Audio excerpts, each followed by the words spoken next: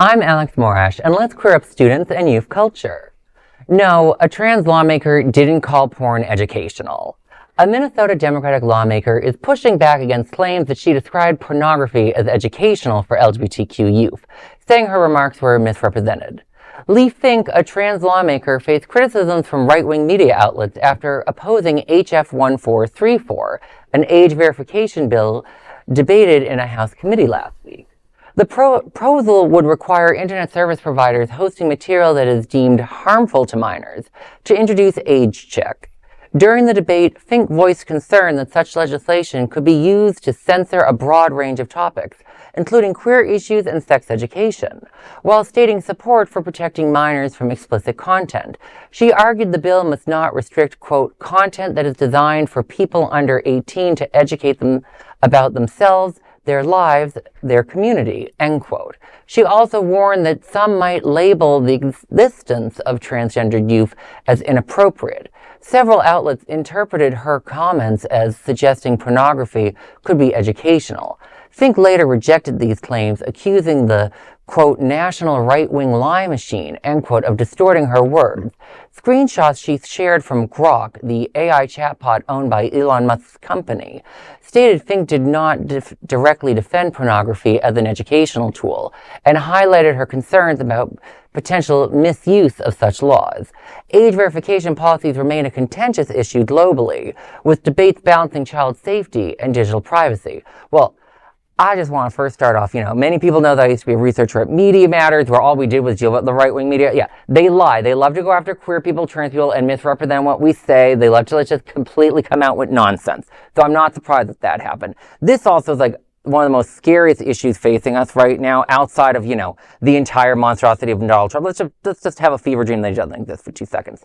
Trying to create all these new age verification laws is not really about protecting kids. Let's just go right there. It's not. It's about trying to find new ways to censor and control people on the internet. Whether they're trying to do this thing with the IDs, which is scary, but this is horrifying. Like, what is inappropriate for a provider to control on their systems? If we as queer nerds tonight, are we adult and inappropriate? We say all sorts of crazy fun stuff. It's not pornography, but someone could make that allegation. Well, in Hungary, Viktor Orban, banned pride parades because he said that they were pornographic. He said that they, damaged the morale of the country. It was poisoning young people's minds. So I think I would say this is a slippery slope. It's not even a slippery slope. This is just a backdoor way of trying to erase LGBTQ plus people. And if kids can't learn about themselves, in the public library, because librarians have to disclose the books that are, being released. If students can't learn about themselves, in an ecosystem that is supposed to be about learning, which is the internet, where do they have to go? They really want to eliminate, identities of people, or eliminate language that helps people describe more accurately who they are.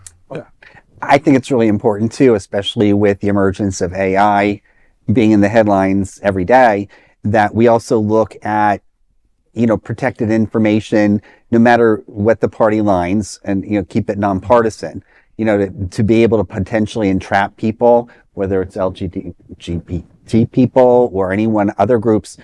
It's opening up a big Pandora's box. Right. And I think that the story itself is that they took her words and completely miscued them. And if you read the article of what she said, there's the word pornification. The pornification of America. Great ideas, Glenn. I know, I come up with them, and now I own it. But there isn't that lewd behavior or speech in what she said. They're just twisting it. And going back to your AI comment, yes. I mean, right now I saw, which looked like fun, you could record your voice and then you can sing to any song that they want you to sing to. Exactly. So they could put stuff out there and create what she didn't say. And it's so hard to tell the difference between a real story and a fake story. Any one of us could be, like right now, I'm not even here.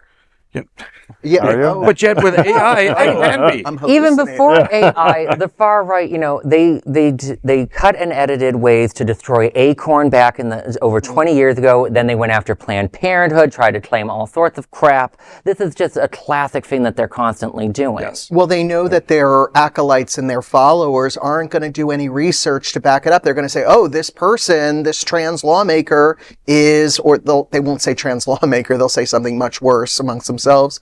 They're going to say they're supporting pornography, and they're going to leave it at that. They're not going to go for the nuance. It doesn't matter that she took a screenshot of Grok. It doesn't matter that the chatbot agreed that she didn't do anything horrible.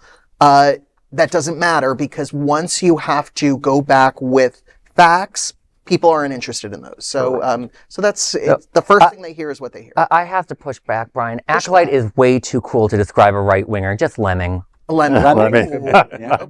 Okay, I like that. Well, They are that lemons. is a big LGBTQ story for today. There is no other queer nonprofit media platform like this in the entire world. Support our LGBT stories by sharing them and subscribing to Queer News Tonight.